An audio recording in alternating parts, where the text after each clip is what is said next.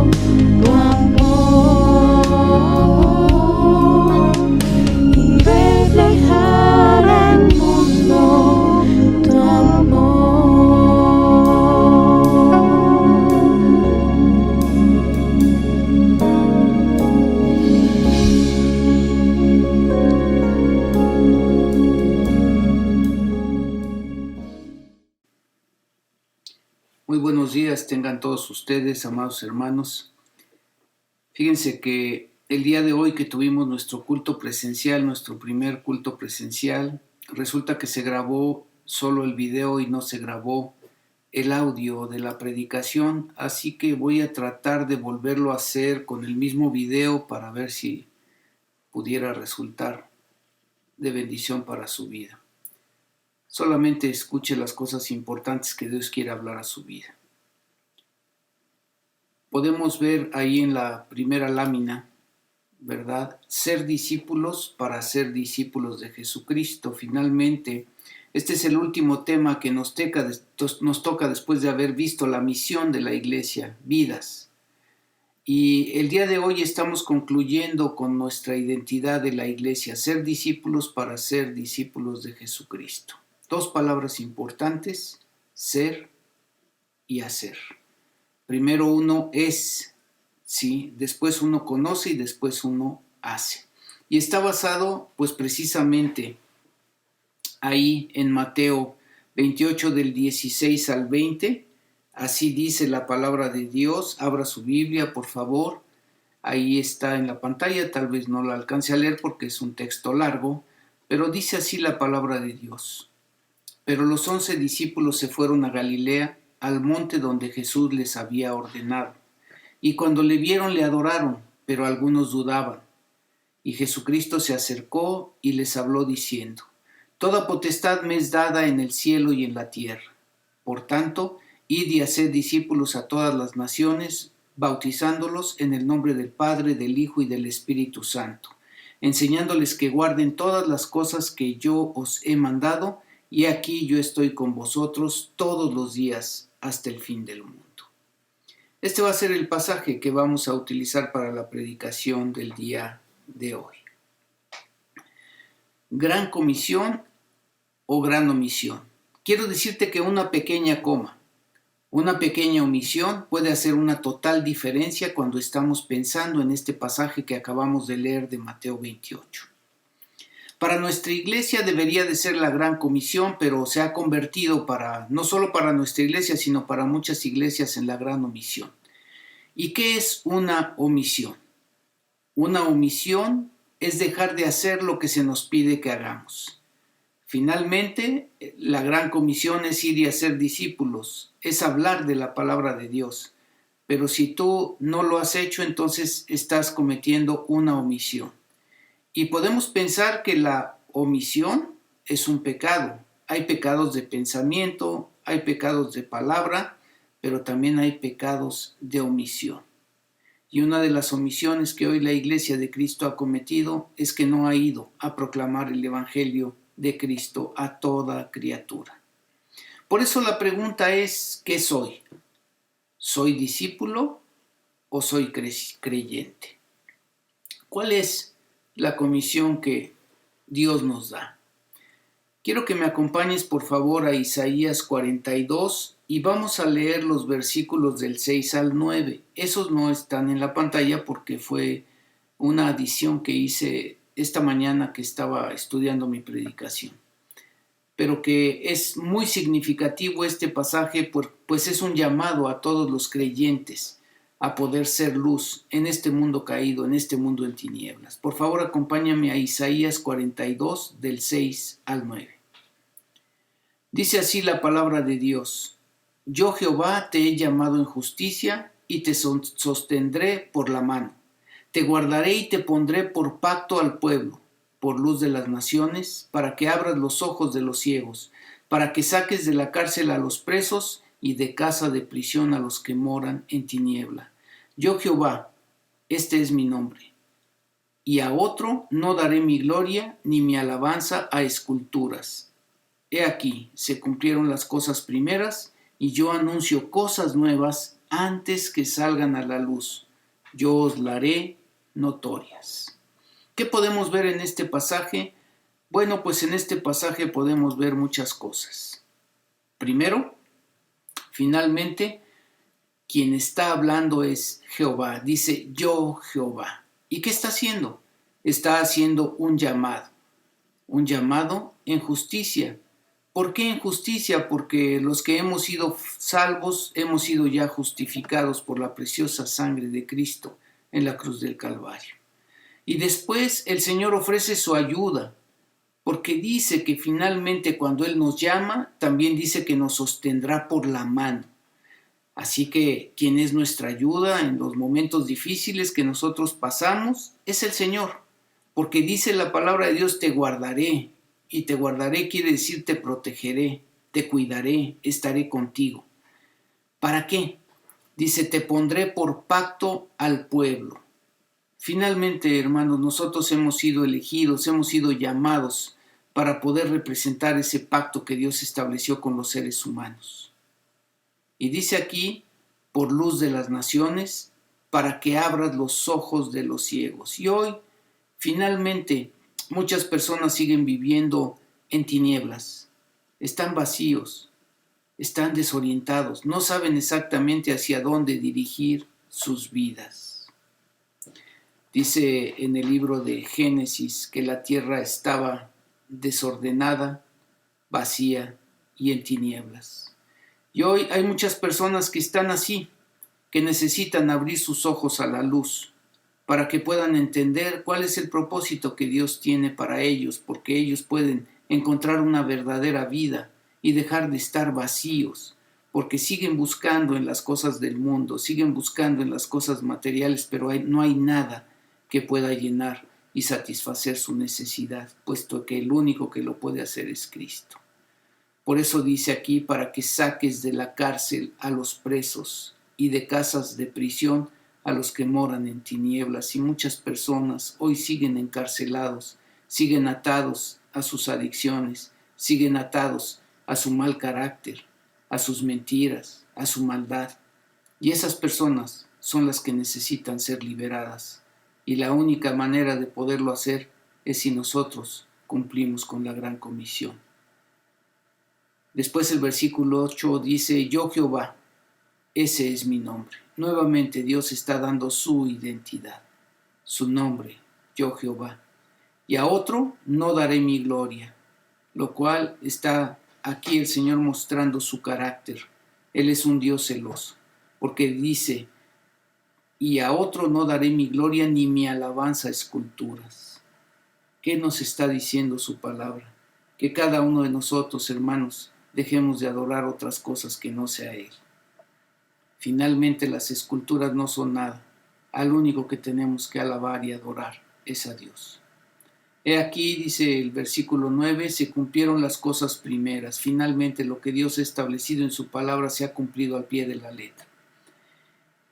Y Él dice, y yo anuncio cosas nuevas antes que salgan a la luz. Yo os las haré notorias. Esta es la revelación divina. Finalmente Dios se va a revelar a nuestras vidas. Dice la siguiente lámina. Gran comisión o gran omisión. ¿Quién soy? ¿Discípulo o creyente?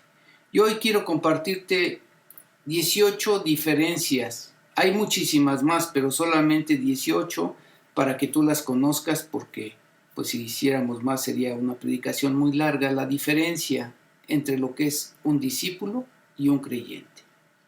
Dice la número 1, el creyente suele esperar panes y peces. El discípulo es un pescador. 2, el creyente lucha por crecer. El discípulo lucha por reproducirse. 3, el creyente se gana. Sí, porque nosotros a veces decimos, pues ya hizo la oración de fe, se volvió creyente en ese momento, pero finalmente no es lo que Dios establece. Lo que Dios quiere no solamente es que las personas hagan una oración de fe, quiere que las discipulemos. Por eso dice que el discípulo se hace. Tú puedes ganar muchos creyentes, pero no son discípulos hasta el momento en que tú los discipulas. 4, el creyente es dependiente. El discípulo se ha independizado para servir. No necesita que le estén diciendo lo que tiene que hacer. Sabe lo que tiene que hacer porque está en comunión directa con Dios. Está en una iglesia en donde hay una autoridad y él obedece.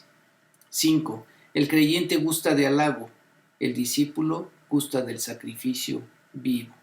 Y así es, ¿no? Para muchas personas a veces les gusta solamente su comodidad. Número 6. El creyente entrega parte de sus ganancias. Y es verdad que hay muchas personas que ofrendan fielmente, diezman fielmente, pero lo que Dios nos está pidiendo no solamente es tus diezmos y ofrendas. Él está pidiendo tu vida para que se le entregues al Señor y Él la pueda manejar como Él quiere, no como nosotros queremos. 7. El creyente busca que lo animen, pero el discípulo procura animar. 8. El creyente murmura y reclama. El discípulo obedece y se niega a sí mismo.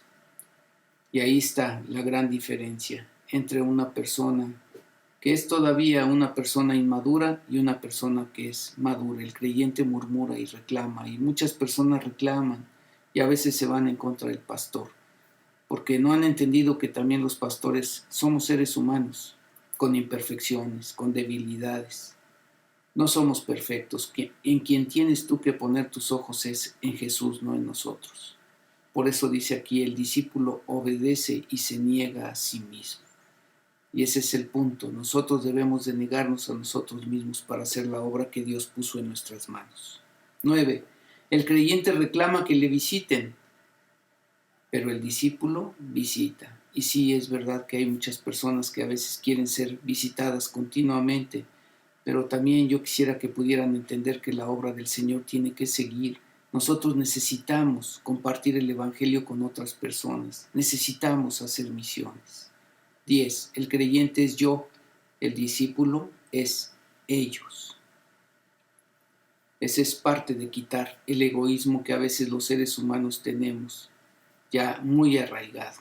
Solo pensamos en nosotros mismos, pero el verdadero discípulo no piensa en sí mismo, sino piensa en los demás. 11. El creyente vale para sumar, sí, porque podemos decir, puedo evangelicé a 10 o a 20 o a 30, tantos recibieron al Señor Jesucristo. Pero el discípulo, para multiplicar. Finalmente lo que necesitamos es discípulos, no solo creyentes. 12. El creyente sueña con la iglesia ideal. Y te quiero decir que, pues desgraciadamente no hay ninguna iglesia que pueda ser ideal. Yo les compartí una pequeña ilustración acerca de un joven que le hablaba a Pablo para preguntarle a qué iglesia se iba porque en la que estaba ya no estaba a gusto. Y entonces Pablo comenzó a decirle las características de todas las iglesias y ninguna de esas iglesias era perfecta. Él dijo, es que he pensado irme a Éfeso. Sí, pero le dijo Pablo, lo que pasa es que en Éfeso no hay amor. Y dijo, ni loco me voy para allá. Y así le comenzó a decir de todas las iglesias porque realmente no hay ninguna iglesia ideal. Cada uno de nosotros nos tenemos que entregar como discípulos para lograr la iglesia real, la que está aquí en este mundo, con personas imperfectas como tú y yo, con personas que hemos ido a la iglesia porque estábamos quebrados y lo que estamos buscando es que Dios repare todas esas partes quebradas de nosotros para poder seguir adelante. 13. La meta del creyente es estar en el cielo, pero la meta del discípulo es ganar almas para el cielo. Esa es la gran diferencia. 14. El creyente maduro se hace discípulo. El discípulo maduro asume los ministerios del cuerpo. Hemos batallado para poder suplir realmente algunos de los ministerios que necesitan ser abordados en nuestra iglesia porque no hay personas que quieran comprometerse. Por esa razón es que tú tienes que entender que eres un creyente o un discípulo, porque si eres un discípulo, entonces necesitas tomar tu responsabilidad, necesitas ayudar a la iglesia para que esta iglesia se siga multiplicando y para que más personas puedan conocer el Evangelio de Cristo. 15. El creyente espera un avivamiento, pero el discípulo es parte del avivamiento. Ese es el punto. Ahorita estamos en la lección de En Busca de Dios, la lección de avivamiento, en donde las mujeres han hecho un trabajo extraordinario en esta área. Así que mujeres, por favor, conéctense. No se pierdan la bendición de poder escuchar la palabra por medio de otras personas. No es solo el pastor el que tiene que predicar, somos todos los que tenemos que ministrarnos los unos a los otros. Así que los jueves a las 5:30, ahí está el estudio para mujeres. Por favor, por lo menos por curiosidad, conéctate una vez y vas a ver que vas a recibir bendición para tu vida. El discípulo es parte del avivamiento. Así que cada uno de nosotros tenemos que comenzar por nosotros.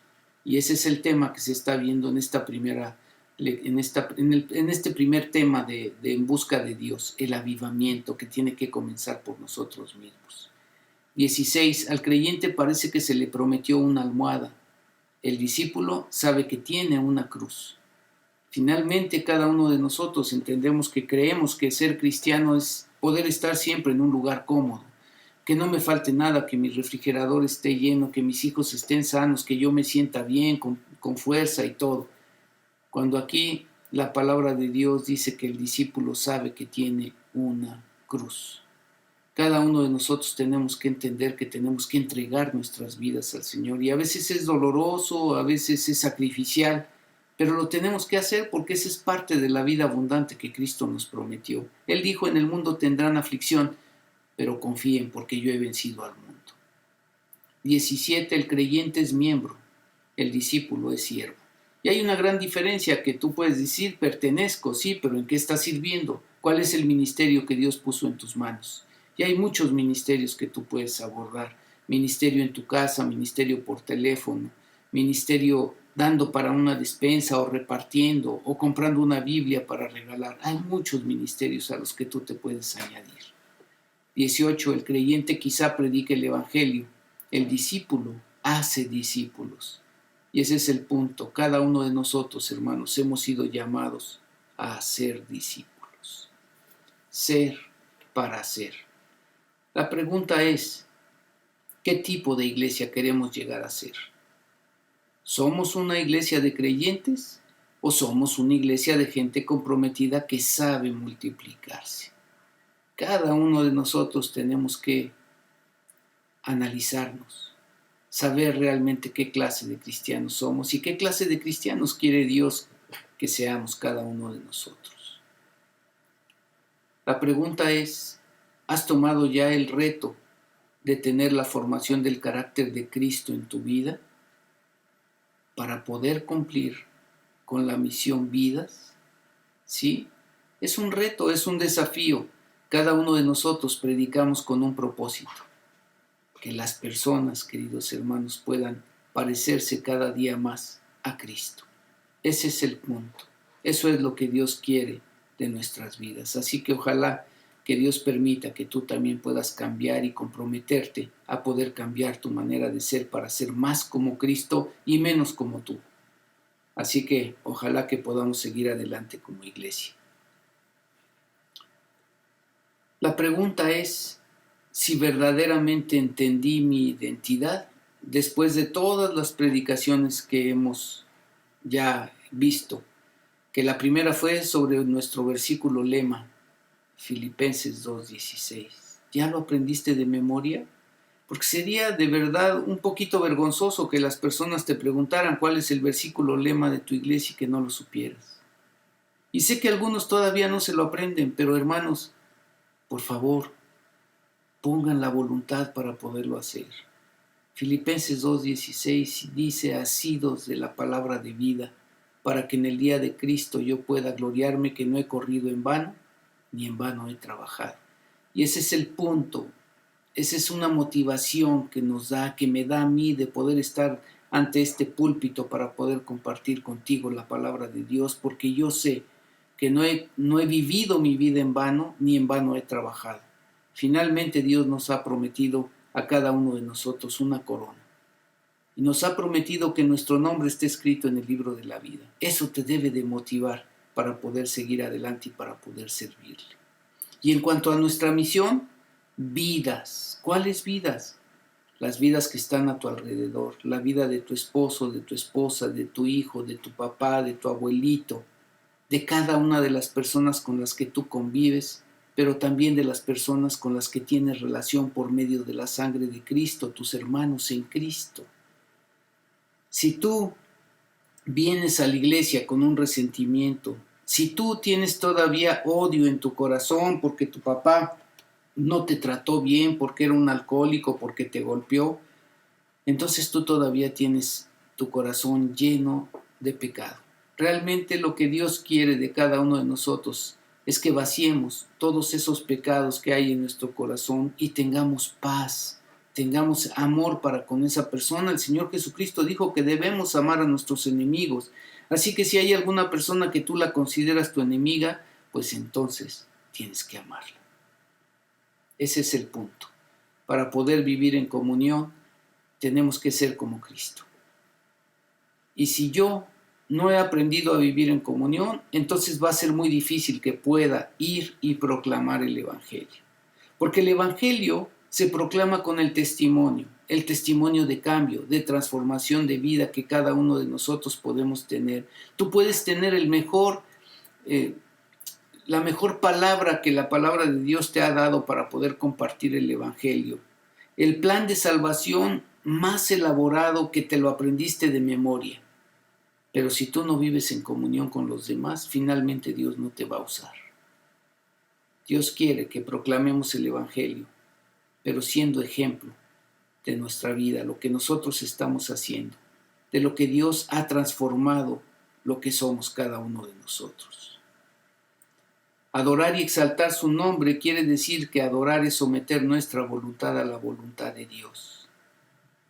Solo te recuerdo lo que pasó con el Señor Jesucristo cuando estaba en el jardín de Getsemaní. Él adoró a Dios, se hincó y oró a Él para poderle decir: Padre, si es posible, pase de mí esta copa, pero no se haga como yo quiero, sino como tú quieres. ¿Y sabe por qué? La palabra de Dios dice que sudaba como gotas de sangre, porque Él había visto la película de lo que Él iba a sufrir.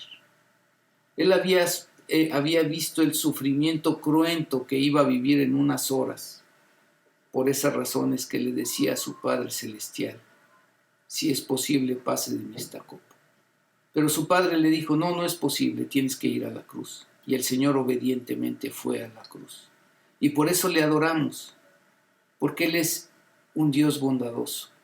Él es un Dios al cual debemos de someter nuestra voluntad por lo que ha hecho en nuestras vidas. Él ha cambiado y ha transformado muchas de las cosas, pero quiere seguir trabajando en la vida de cada uno de nosotros. Por esas razones que nosotros le servimos en el amor de Cristo. Y servir en el amor de Cristo es poder imitar el servicio del Señor Jesucristo. Cuando le lavó los pies a sus discípulos, Él dijo: yo soy su maestro y bien lo dicen. Y yo soy su Señor y dicen la verdad. Pero finalmente yo les he lavado los pies para darles ejemplo. Así que yo les pido a cada uno de ustedes que se laven los pies unos a otros. Y ese es el punto importante. Cuando Pedro le dijo, pues no solamente los pies, sino también las manos y la cabeza, le dijo el Señor: el que está limpio no necesita sino lavarse los pies, porque cada uno de nosotros, hermanos, en nuestro caminar de la vida, lo que nos ensuciamos son nuestros pies. A veces en lo que vemos, en lo que hacemos, en lo que tocamos. Por esas razones que necesitamos orar los unos por otros, animarnos los unos por otros para poder seguir adelante. Y después, el tema de hoy, ser discípulos para ser discípulos de Jesucristo. Ojalá que Dios te hable a tu corazón para poder entender la diferencia entre un creyente y un discípulo. Y que tú también tomes la decisión, no solamente de discipularte, sino de poder discipular a más personas.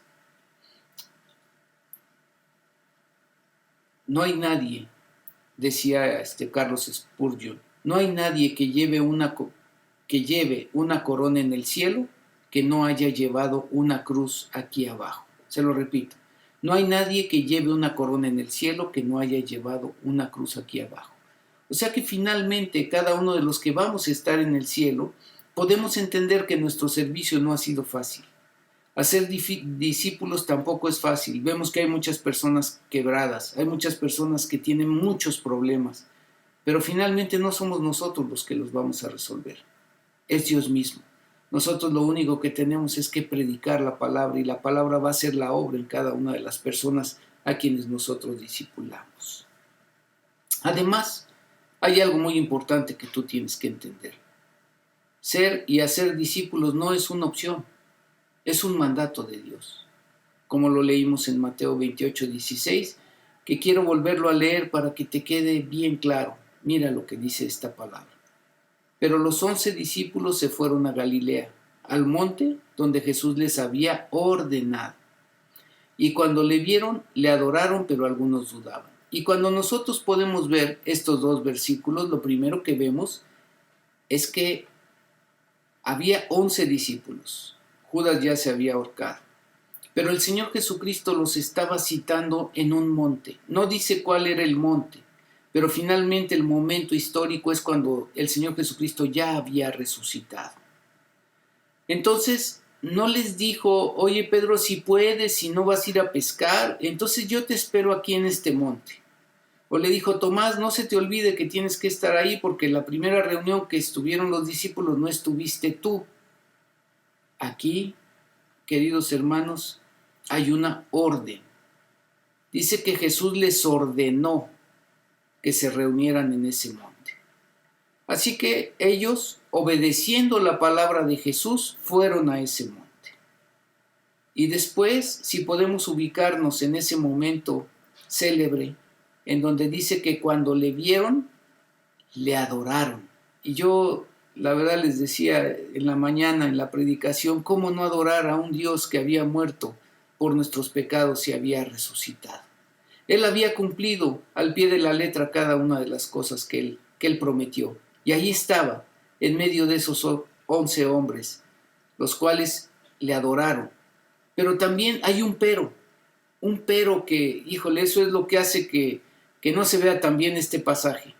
Porque dice, pero algunos dudaban, y tal vez el mismo, ¿no?, escéptico que había entre los discípulos, Tomás, en donde tal vez todavía seguía de escéptico y no creía que el Señor Jesucristo había resucitado, o no creía que ese hombre que estaba en medio de ellos era Él.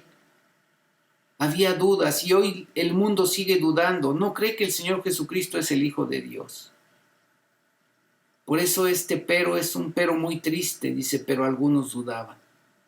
Por esa razón, conociendo el pensamiento de cada uno de ellos, dice la palabra que Jesús se acercó y les habló diciendo, a los que creían genuinamente, pero también a los que dudaban, y les dijo, toda potestad me es dada en el cielo y en la tierra. ¿Sí? El poder me es dado arriba y aquí abajo.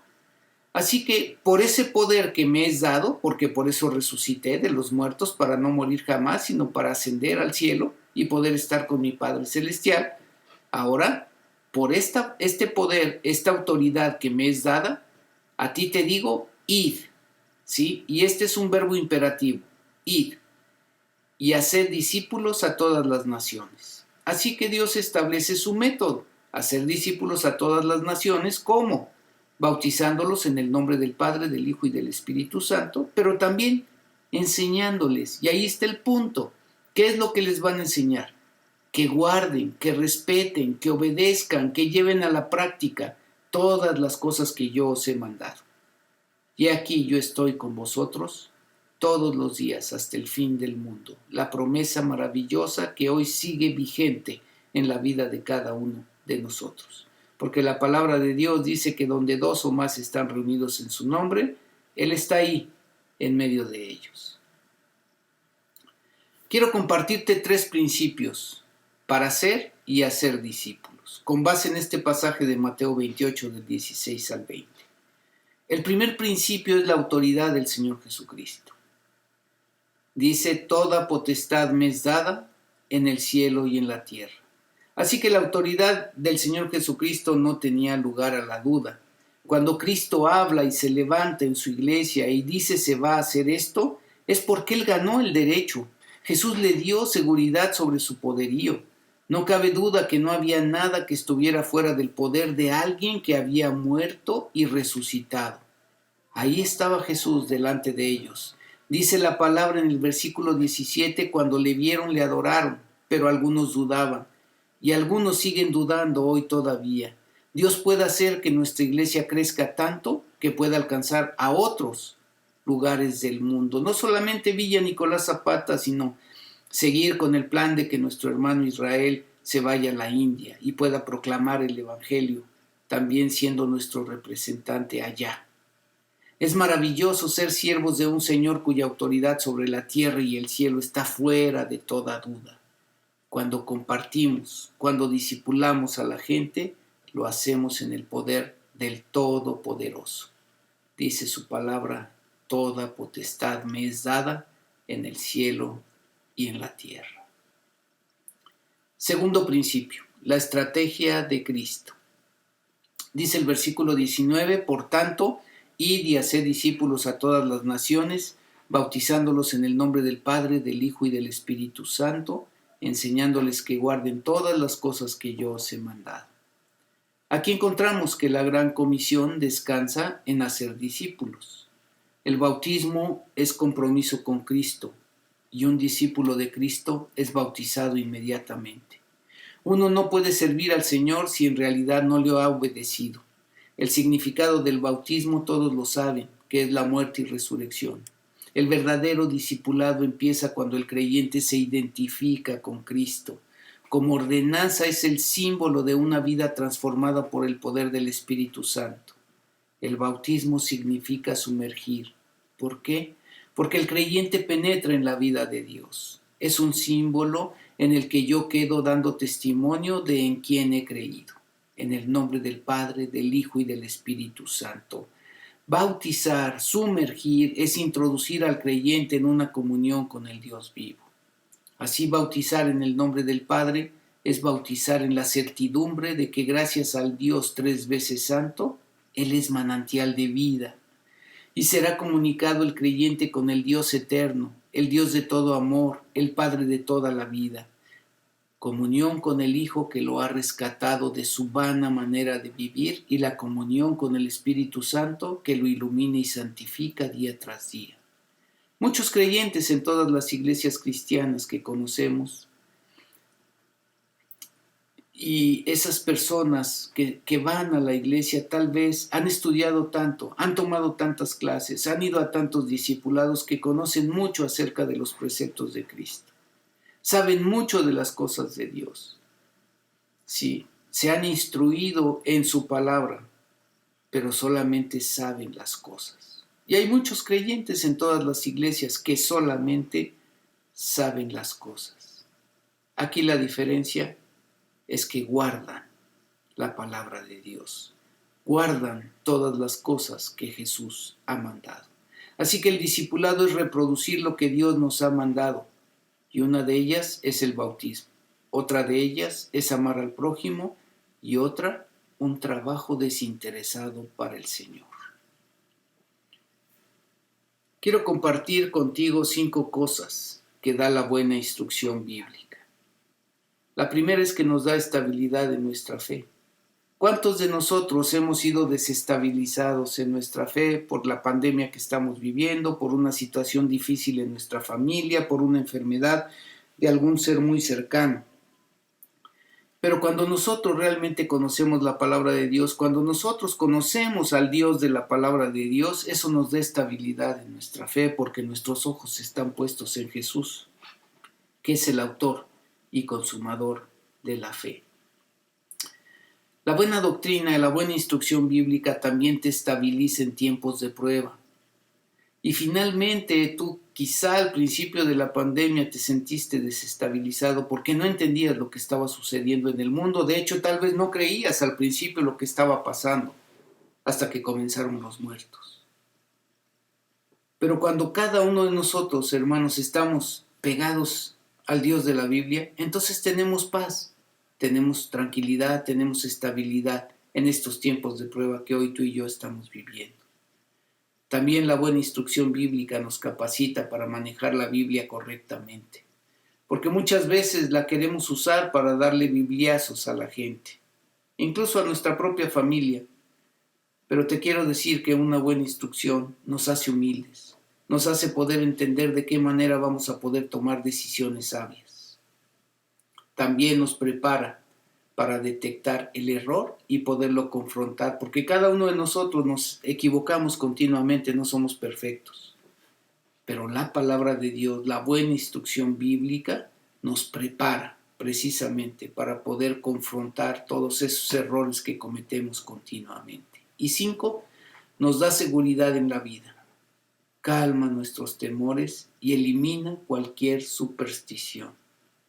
Cada uno de nosotros ponemos nuestra fe La Biblia se convierte en nuestra única regla de fe y conducta, y no me importa lo que diga el mundo, no me importa lo que digan las noticias. Si la palabra de Dios no lo dice, yo creo lo que la palabra de Dios dice, no lo que el mundo enseña o quiere realmente convencernos que hagamos. Quien me da esa estabilidad es la palabra de Dios y una buena doctrina. Tercer principio, la promesa de Cristo. Dice su palabra, y aquí yo estoy con vosotros todos los días hasta el fin del mundo. Amén y amén. Esa es una promesa maravillosa. El Señor Jesucristo prometió que iba a estar con nosotros todos los días hasta el fin del mundo, y hasta este día lo ha cumplido. Vamos a ver a continuación el deseo perfecto de la voluntad perfecta de Dios. Uno de los efectos de la presencia de Jesús en la tierra es que cuando la iglesia de Cristo comparte el glorioso evangelio de Cristo, lo que hace lo hace en el poder del Espíritu Santo. La obra de la iglesia hace una total diferencia con cualquier obra de cualquier otro grupo, de cualquier otra religión, por el poder en el que se realiza. Está hablando de un enunciado de misión, y el cristiano debe tener presente esta gran comisión que desafortunadamente se ha convertido en la gran omisión de la iglesia. Cuando realizamos la comisión, desprendemos poder divino aplicado a las almas que necesitan penetrar de las tinieblas a su luz admirable. Sí, ese es el punto más importante. Dios puede hacer que nuestras iglesias crezcan tanto que puedan alcanzar otros lugares del mundo. Cuando Moisés se disponía para guiar al pueblo de Dios, él pidió 3 cosas. La primera es, te ruego que me muestres tu camino, y después le dijo, si tu presencia no ha de ir conmigo, ni lo pienses. Y el tercero, te ruego que me muestres tu gloria. Esas son las 3 cosas que Moisés pidió. Así que algo que pidió Moisés fue la presencia palpable de Dios. De la misma manera debió haber sido asombroso para aquellos 11 hombres de Galilea que los enviaran a conquistar el mundo. ¿Qué pasaría por la mente de ellos? ¿Qué pasaría mientras escuchaban a Jesús? Estaban siendo enviados a la tarea más grande del mundo, de mayor alcance en el mundo, con la presencia más grande del mundo. Yo estaré con vosotros todos los días. ¿Saben que cada vez que Dios promete estar con nosotros lo cumple? A Moisés le dijo, mi presencia irá contigo, no te dejaré ni te desampararé. A Josué le dijo, porque Jehová tu Dios estará contigo donde quiera que vayas. A Gedeón le dijo, ciertamente yo estaré contigo. A Jeremías le dijo, no temas delante de ellos, porque contigo estoy para librarte. Y a tantos y tantos otros Dios prometió su presencia, y no solo la prometió, sino la cumplió. Y Dios no cambia como tú o como yo. Y si Él prometió estar con nosotros también en esta misión, Él está comprometido hasta la misma cruz del Calvario. Seamos sinceros, vivimos tiempos difíciles, hay escepticismo. Por otro lado, hay manipuleo religioso, hay chismes, hay injurias, está habiendo ataques por todos lados. Si no doblamos la rodilla, si no volvemos al principio esencial, si no tomamos este postulado de misión de manera tal que podamos cumplir con lo que Dios ha mandado en su palabra, queridos hermanos, estamos en la misma mira de Satanás y no podemos permitirlo. Necesitamos hacer un cambio de vida. Si queremos ser bendición, tenemos que ser conscientes de que Dios está con nosotros y yo estaré con vosotros. Quizá llegó el momento de reenfocarnos. Llegó el momento de que le demos a Jesús lo mejor de nuestra vida. Te quiero compartir este hermoso poema que compartí esta mañana con mis hermanos que asistieron al culto. Lo escribió Pedro Calderón de la Barca y fue escrito en el siglo XVII. Dice así este cortito pero hermoso poema. ¿Qué quiero, mi Jesús? Quiero quererte. Quiero cuanto hay en mí del todo darte. sin tener más placer que el agradarte y sin tener más temor que el ofenderte. Quiero olvidarlo todo y conocerte, quiero dejarlo todo por buscarte, quiero perderlo todo por hallarte, quiero ignorarlo todo por saberte, quiero, amable Jesús, abismarme en el dulce hueco de tu herida y en sus divinas llamas abrazarme, quiero por fin en ti transfigurarme, morir a mí para vivir tu vida, perderme en ti, Jesús, y no encontrarme. ¿Qué quiero, mi Jesús? Quiero quererte. Que así sea, que este hermoso poema sea una realidad en nuestras vidas. Vamos a orar, queridos hermanos. Inclina tu rostro un momento.